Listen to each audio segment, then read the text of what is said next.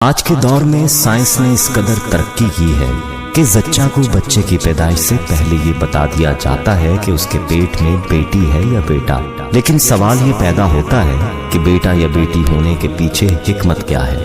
بعض جوڑوں کو اللہ تعالیٰ بیٹا کیوں دیتا ہے اور بعضوں کو بیٹی کیوں دیتا ہے؟ اس بارے میں پیارے آقا صلی اللہ علیہ وآلہ وسلم نے آج سے 1400 سال پہلے ہی بتا دیا تھا کہ بیٹا یا بیٹی ہونے کے پیچھے کیا حکمت ہے۔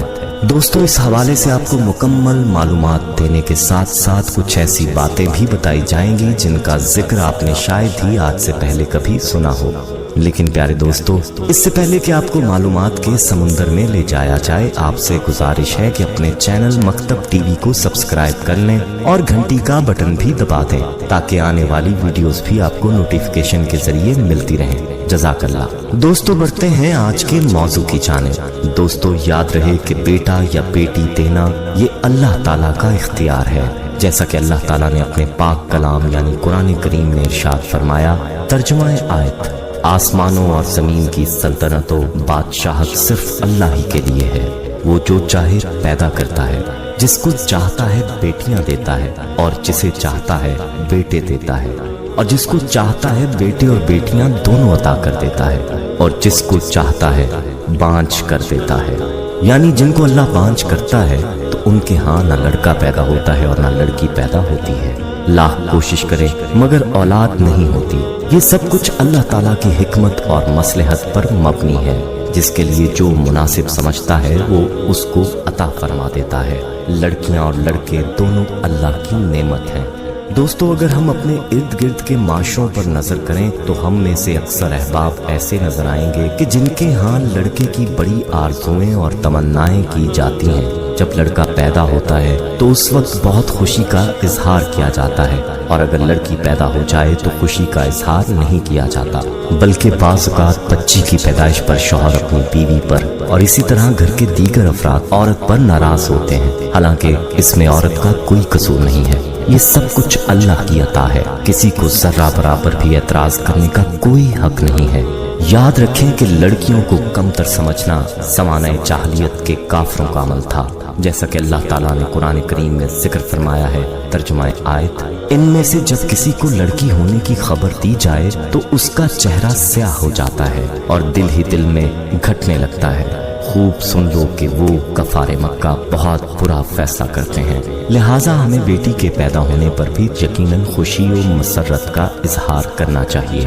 جو لوگ بیٹی کی پیدائش پر ناراض ہوتے ہیں وہ حضرت علی رضی اللہ تعالیٰ عنہ کی یہ حکایت سن لیں۔ کہتے ہیں کہ مدینے میں ایک شخص تھا جس کے ہاں جب بھی بیٹی پیدا ہوتی تو وہ افسوس کیا کرتا تھا۔ جب حضرت علی کو اس بارے میں علم ہوا تو آپ رضی اللہ تعالیٰ عنہ نے اس شخص کو بلایا اور یہ فرمایا: اے شخص، یاد رکھنا، اللہ ہر کسی کو بیٹی عطا نہیں کرتا، بلکہ اللہ جس انسان کو جنت کا وارث بنانا چاہتا ہے اور جس انسان کے سارے گناہوں کو معاف کرنے کا ارادہ کرتا ہے اور جس کی آخرت کو سنوارنا چاہتا ہے تو اس کو بیٹی جیسی رحمت سے نوازتا ہے۔ اللہ اس شخص کو عزیز رکھتا ہے جو بیٹی کو محبوب رکھتا ہے، اس کی اچھی پرورش اور تربیت کرتا ہے۔ میں نے اللہ کے رسول صلی اللہ علیہ وآلہ وسلم سے سنا ہے کہ جس شخص کے ہاں ایک بیٹی پیدا ہو اور وہ اس کی اچھی تربیت کرے اور پھر اس کو شادی کر کے دے تو اللہ اس کے بدلے اس کو جنت عطا فرمائے گا۔ اس لیے بیٹیوں کی پیدائش پر بجائے افسوس کرنے کے خوشی کا اظہار کرنا چاہیے کہ اللہ نے اپنی رحمت کی صورت میں بیٹی کی نعمت عطا فرمائی ہے۔ دوستو، بات ہو رہی تھی اس حکمت کے بارے میں جو کہ بیٹا یا بیٹی ہونے کے پیچھے پیارے آقا صلی اللہ علیہ وآلہ وسلم نے بیان فرمائی۔ اس بارے میں ایک یہودی نے آپ صلی اللہ علیہ وآلہ وسلم سے سوال کیا تھا، اور اس یہودی کے سوال کے جواب میں آپ صلی اللہ علیہ وآلہ وسلم نے یہ حکمت بتلائی تھی۔ یہ حدیث پاک ملاحظہ فرمائیں۔ حضرت ثوبان رضی اللہ تعالیٰ عنہ مولا رسول اللہ صلی اللہ علیہ وآلہ وسلم کہتے ہیں کہ میں رسول اللہ صلی اللہ علیہ وآلہ وسلم کے پاس کھڑا تھا کہ یہودی عالموں میں سے ایک عالم آیا اور بولا کہ السلام علیکم یا محمد صلی اللہ علیہ وآلہ وسلم۔ میں نے اس کو ایسے زور سے ایک دھکا دیا کہ وہ گرتے گرتے بچا۔ وہ بولا کہ تو مجھے دھکا کیوں دیتا ہے؟ میں نے کہا کہ تو نبی صلی اللہ علیہ وآلہ وسلم کا نام لیتا ہے اور رسول اللہ صلی اللہ علیہ وآلہ وسلم کیوں نہیں کہتا؟ وہ بولا کہ ہم ان کو اس نام سے پکارتے ہیں جو ان کے گھر والوں نے رکھا ہے۔ رسول اللہ صلی اللہ علیہ وآلہ وسلم نے فرمایا کہ میرا نام جو گھر والوں نے رکھا ہے وہ محمد صلی اللہ علیہ وآلہ وسلم ہے۔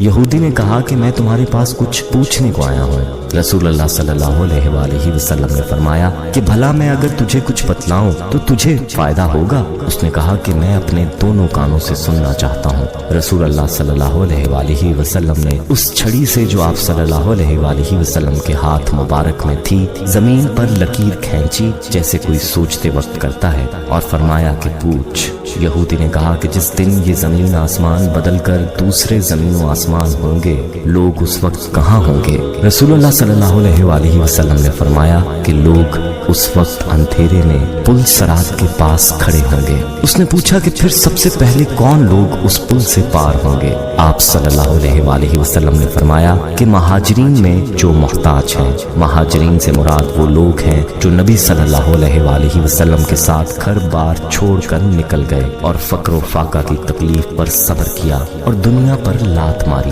یہودی نے کہا کہ پھر جب وہ لوگ جنت میں جائیں گے تو ان کا پہلا ناشتہ تحفہ کیا ہوگا؟ آپ صلی اللہ علیہ وآلہ وسلم نے فرمایا کہ مچھلی کے جگر کا ٹکڑا جو نہایت مزیدار اور مکوی ہوتا ہے۔ اس نے کہا پھر صبح کا کھانا کیا ہوگا؟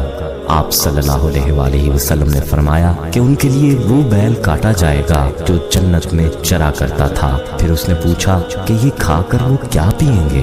آپ صلی اللہ علیہ وآلہ وسلم نے فرمایا کہ سلسبیل نامی چشمے کا پانی۔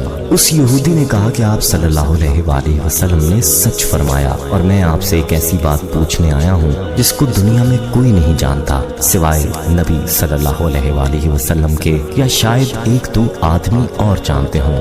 آپ صلی اللہ علیہ وآلہ وسلم نے فرمایا کہ اگر میں تجھے وہ بات بتا دوں تو تجھے فائدہ ہوگا؟ اس نے کہا کہ میں اپنے دونوں کانوں سے سننا چاہتا ہوں۔ پھر اس نے کہا کہ میں بچے کے بارے میں پوچھتا ہوں۔ آپ صلی اللہ علیہ وآلہ وسلم نے فرمایا کہ مرد کا پانی سفید ہے اور عورت کا پانی سرد ہے۔ جب یہ دونوں اکٹھے ہوتے ہیں اور مرد کی منی عورت کی منی پر غالب ہوتی ہے تو اللہ کے حکم سے لڑکا پیدا ہوتا ہے، اور جب مرد کی منی پر عورت کی منی غالب ہوتی ہے اللہ کے حکم سے لڑکی پیدا ہوتی ہے۔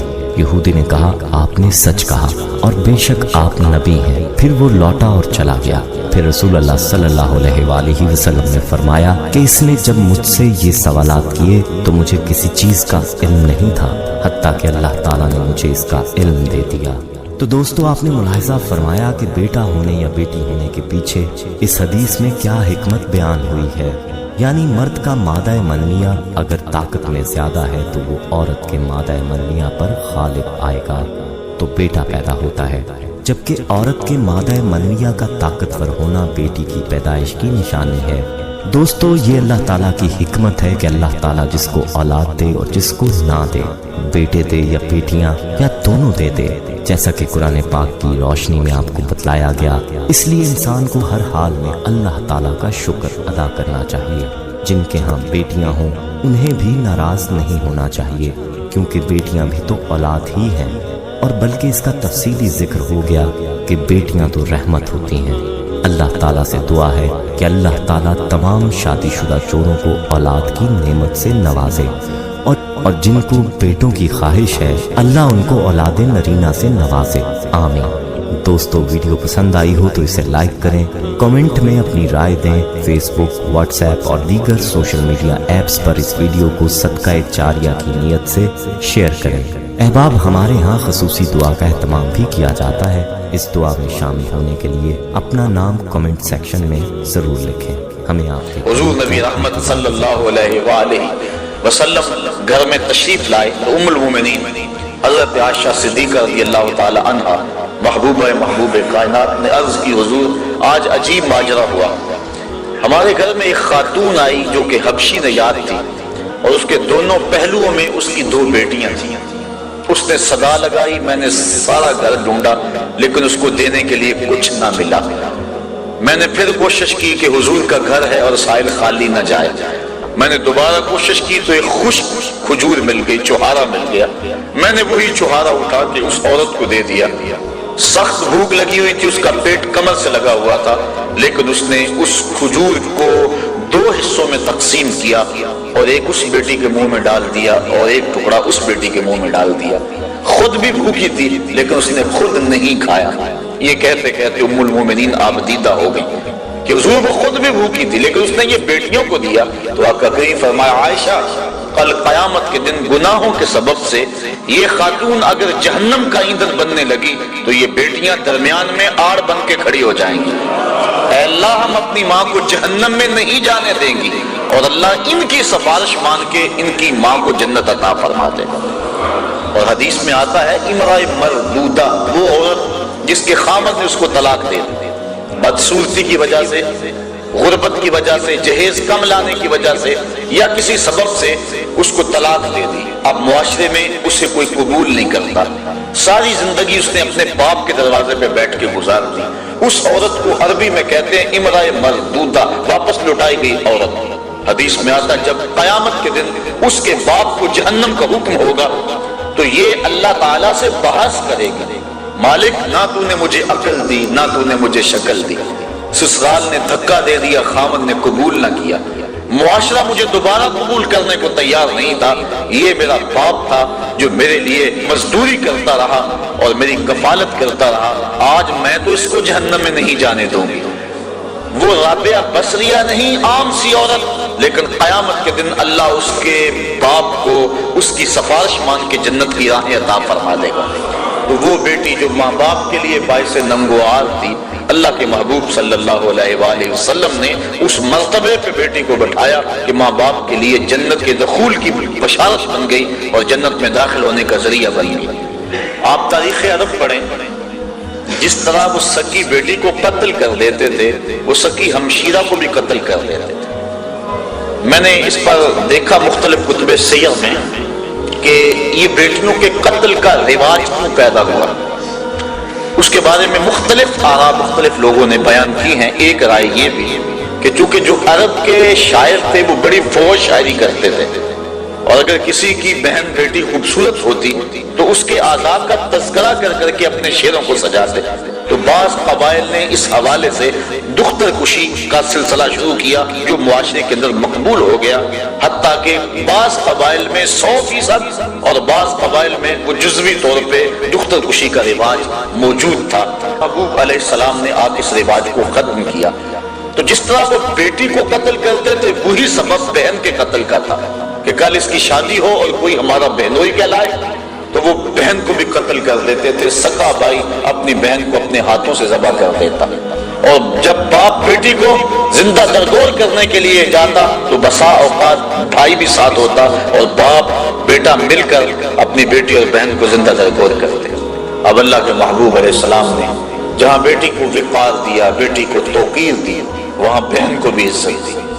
قرآن مجید نے حضرت موسیٰ علیہ السلام کی ہمشیرہ کا تذکرہ کتنی محبت سے کیا کہ جب ان کی والدہ یوحانس نے حضرت موسیٰ علیہ السلام کو دریائے نیل کی موجوں کے سپرد کر دیا اور پانی کے دوش کے اوپر وہ صندوق جا رہا ہے اور حضرت موسیٰ علیہ السلام کی ہمشیرہ پانی کے کنارے کنارے چلتی ہیں, دریائے نیل کے کنارے کنارے اس صندوق پر نظر رکھے ہوئے آگے بڑھتی ہیں اور جو ہی صندوق ڈوبنے لگتا ہے بہن کا کلیجہ بھی ڈوب جاتا ہے اور جب وہ تیر کے سطح آب پہ آتا ہے تو بہن کے دل کو ایک گنا تسکین ہوتی ہے. حضور کی آپ جانتے ہیں حقیقی بہن حقیقی بھائی کوئی نہیں, در یتیم ہے. سینہ صدف میں اکیلا پرورش پانے والا موتی در یتیم کہلاتا ہے. تو بطن آمنہ کے اندر حضور علیہ السلام اکیلے پرورش پائے اور اللہ کے محبوب علیہ السلام کو در یتیم کہا جاتا ہے. لیکن جب حضور حضرت حلیمہ سعدیہ سلام اللہ علیہا کے گھر دودھ پینے کے لیے کچھ عرصے کے لیے گئے تو حضرت حلیمہ سعدیہ کی ایک بیٹی تھی جن کا نام شیما یا شیما مختلف کتب سیر میں موجود ہے. وہ حضور کو اپنی گود میں اٹھا کر قبیلہ بنو سعد کے کھلے میدان میں آ جایا کرتی تھی. اور آپ نے بھی دیکھا ہوگا ہمارے دیہاتوں میں یہ رواج موجود ہے, اب بھی کہیں تو دم توڑ گیا لیکن آج بھی رواج جگہ جگہ موجود ہے کہ شام کے وقت جب عورتیں کھانا پکانے میں مصروف ہوتی ہیں تو بہنیں اپنے بھائی اٹھا کر باہر کھلی جگہ پہ لے آتی ہیں، اور ہر بہن کا مزاج یہ ہے کہ میرے بھائی سے سونا زمانے میں کوئی نہیں۔ وہ ایک مفکر نے کہا ہے کہ خوبصورتی دیکھنے والے کی آنکھ میں ہوتی ہے، تو ہر بہن کا مزاج ہے، چاہے کالا کلوٹا کیوں نہ اس کا بھائی، اسی لیے چندہ ماموں کہا جاتا ہے نا، ہر بہن اپنے بھائی کو چاند کہتی ہے۔ جب بچیاں اپنے ویر لے کر قبیلہ بنو سعد کے میدان میں آتی تو ہر کوئی کہتی کہ میرے بھائی کا جوڑ نہیں۔ اگر کسی کی رنگت کالی ہوتی تو وہ نقوش کو معیار حسن قرار دیتی کہ حسن کا تعلق رنگت سے نہیں نقوش سے ہے، میرے بھائی کے نقوش تو دیکھو۔ اور اگر کسی کا رنگ سفید ہوتا تو وہ کہتی کہ رنگ نہیں تو کچھ نہیں، میرے بھائی کا رنگ بڑا چٹا ہے لہذا میرا بھائی بڑا خوبصورت ہے۔ باس کو باسا ہو رہا ہوتا اور کوئی ماننے کو تیار نہ ہوتی کہ میرا بھائی کسی سے کم ہے، اتنے میں حضرت شیما اپنے ویر محمد کو اٹھا کے لے آتے ہیں، اور جو ہی وہ آتی ہیں اور کہتی ہاں میرا بھائی بھی آ گیا، تو وہ کہتی نہیں شیما تیرے ویر کا مقابلہ تو نہیں نا۔ تو کتب میں آتا ہے کہ حضرت شیما کا سر فخر سے بلند ہو جاتا اور پھر حضور کو سینے سے چمٹا لیتی اور دعا دیتی، ربنا ابقِ لنا محمدا حتی اراہ یافعا وامردا، اے اللہ میرے ویر محمد کو سلامت رکھنا، اس کو شالا نظر نہ لگے، میرا ویر آج بچوں کا سردار ہے، کل میں اپنی آنکھوں سے دیکھوں کہ جوانوں کی بھی سرداری کرے۔ حضرت شیخ محقق نے بھی اس واقعہ کو لکھا ہے، کتب سیر میں موجود ہے کہ ایک غزوے میں حضرت شیما کے قبیلے کے ساتھ لڑائی ہوئی، چونکہ ان کی شادی ہو گئی، اولاد ہو گئی۔ جس قبیلے میں حضرت شیما کا نکاح ہوا تھا مدینہ شریف کے دور میں، مدنی دور میں حضور کی لڑائی غزوہ اس قبیلے کے ساتھ ہوا۔ اس قبیلے کے کافی لوگ پکڑے گئے، گرفتار ہو گئے، کچھ قتل کر دیے گئے۔ گرفتار شدگان کو چھڑانے کے لیے عرب کے رواج کے مطابق وہ فدیے کی رقم اکٹھی کر رہے تھے کہ چلتے چلتے حضرت شیما کے گھر آئے، انہوں نے پوچھا یہ رقم تم کیوں اکٹھی کر رہے ہو، یہ فنڈ کس لیے اکٹھا کیا جا رہا ہے؟ انہوں نے بتایا کہ ایک شخص سے ہماری لڑائی ہوئی ہے جو ادعائے نبوت رکھتا ہے، مدینے میں اس کا بسیرا ہے، اتنے ہمارے بندے پکڑے گئے ہیں، ان کو چھڑانا ہے۔ کہا کیا نام ہے اس کا؟ کہا نام اس کا محمد ہے صلی اللہ علیہ وسلم۔ بس آنکھوں سے آنسو جاری ہو گئے۔ کہا اچھا اس نے تمہارے بندے پکڑے؟ کہا ہاں۔ کہا پھر رقم اکٹھی نہ کرو۔ کہا کیوں؟ کہا مجھے ساتھ لے چلو۔ کہا تو کیا کرے گی؟ کہا میں تمہارے بندے چھڑا کے لاؤں گی۔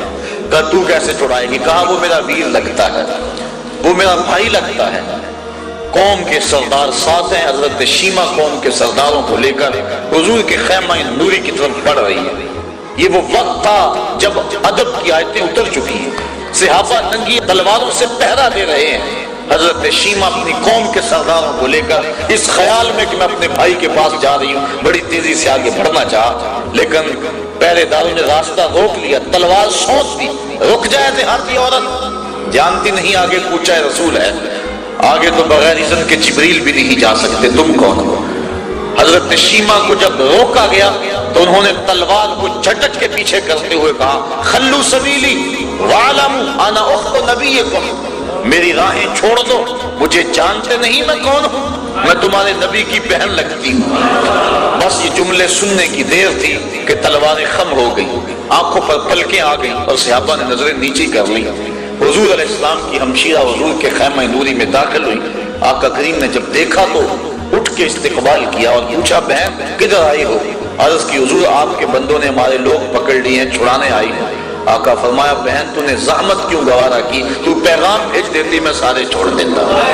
پھر حضور نے کچھ گھوڑے چند جوڑے اور بہت سارا ساز و سامان دیا۔ جب بھائیوں کے دروازے پر بہن آئے تو بھائی خالی تو نہیں موڑا کرتے، اور پھر حضور رخصت کرنے کے لیے خود خیمہ پاک سے باہر آئے۔ صحابہ کی جماعت منتظر تھی۔ فرمایا صحابہ جب میں قیدی چھوڑا کرتا ہوں تم سے مشاورت کیا کرتا ہوں، آج پہلا موقع ہے، میں نے مشورہ بھی نہیں کیا اور قیدی بھی چھوڑ دیے۔ کہا بندہ نواز جو چاہیں آپ کریں، لیکن ارشاد تو کر دیں کہ آپ نے آج مشورہ ضروری کیوں نہیں سمجھا؟ فرمایا آج میرے دروازے پہ میری بہن آ گئی تھی، تو دنیا کے سامنے عملاً بہن کے وقار کو رکھا تھا۔ جس معاشرے میں بیٹی کی توقیر نہیں تو اس معاشرے کو بیٹی کی توقیر سکھائی۔ بہن کی آبرو نہیں تھی، عملاً بہن کی آبرو لوگوں کے سامنے رکھی۔ سوتیلی ماں ترکے میں بھٹتی تھی اور سکی ماں کی بھی عورت ہونے کے ناطے سے آبرو نہیں تھی۔ لیکن اللہ کے محبوب نے قولاً اور عملاً ماں کی آبرو لوگوں کے سامنے رکھی۔ الجنت تحت اقدام الامہات، جنت تو ماں کے قدموں کے سائے تلے، ماں کے قدموں تلے جنت بچھا دی، اور حضور نے عملاً لوگوں کے سامنے ماں کا پیار بیان فرمایا۔